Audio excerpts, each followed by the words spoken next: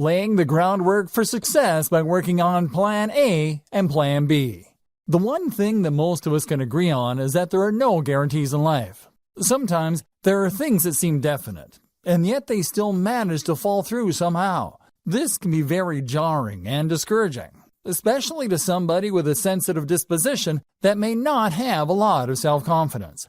Self-confidence can be a tricky thing to master, and even the seemingly most self-assured people can struggle with self-doubt. However, overcoming self-doubt is something that can be done. Although it may not abolish anxiety entirely, it can be possible for all of us to have confidence in our abilities. The more confidence we have, the more objective we will be when it comes to facing failure. In fact, successful people redefine failure. They don't consider failure to be something that is permanent. Rather, failure simply means that Plan A didn't work, and now it's time to move on to Plan B. This can be tricky for a lot of people. They get very attached to their goals and to their way of going about achieving them. Nobody likes the idea of wasting time or feeling as if they've done something wrong. Some people are more sensitive to this than others, and it is being suggested in several studies that children who are blindly encouraged for doing well at things that everybody else does well at might take failure much harder than those who are instead encouraged to keep trying and continue their efforts in order to actually accomplish their goals. That isn't to say you shouldn't coddle and encourage your children, but there is evidence to show that when faced with challenges, people who are not encouraged to continue trying and keeping up the hard work have a much harder time in processing failure. People who understand that failure isn't permanent have a much higher rate of success. These people are able to consider their goals at all angles and think ahead.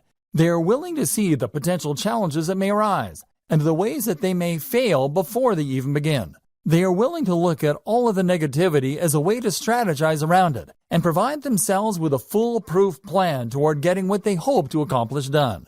One important way that successful people succeed is by having many plans of action ready at the drop of a hat. They don't simply choose one path and take it and consider that the only way that they will ever achieve their goal. They remain flexible and adapt to many different types of challenges that face them along the way. They don't get discouraged because one particular route didn't work out. Instead, they try another, and then another, until they have fully determined that all of their options are no longer on the table and they have to move on to Plan B. Sometimes Plan B can be simple and a new way to approach this same problem. Other times, Plan B may be the admission that perhaps this particular goal or challenge may not be something that can be overcome. In that case, Plan B is a new plan or new goal to focus energy on until maybe things change and Plan A becomes an option again. Successful people do not get stuck. They do not stay stagnant. They do not dwell. They are constantly rolling and moving with the tides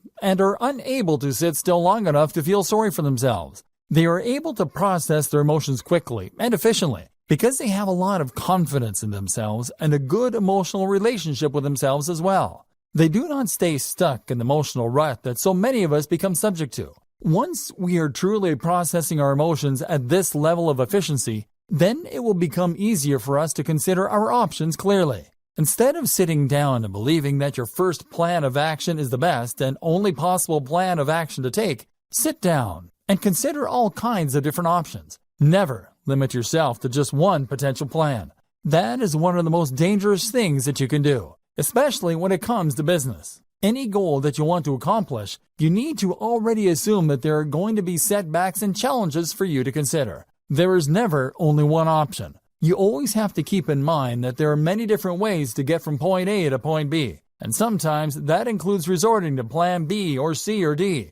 There is nothing wrong with that. You are not a failure because Plan A didn't work out the way you expected or hoped that it would.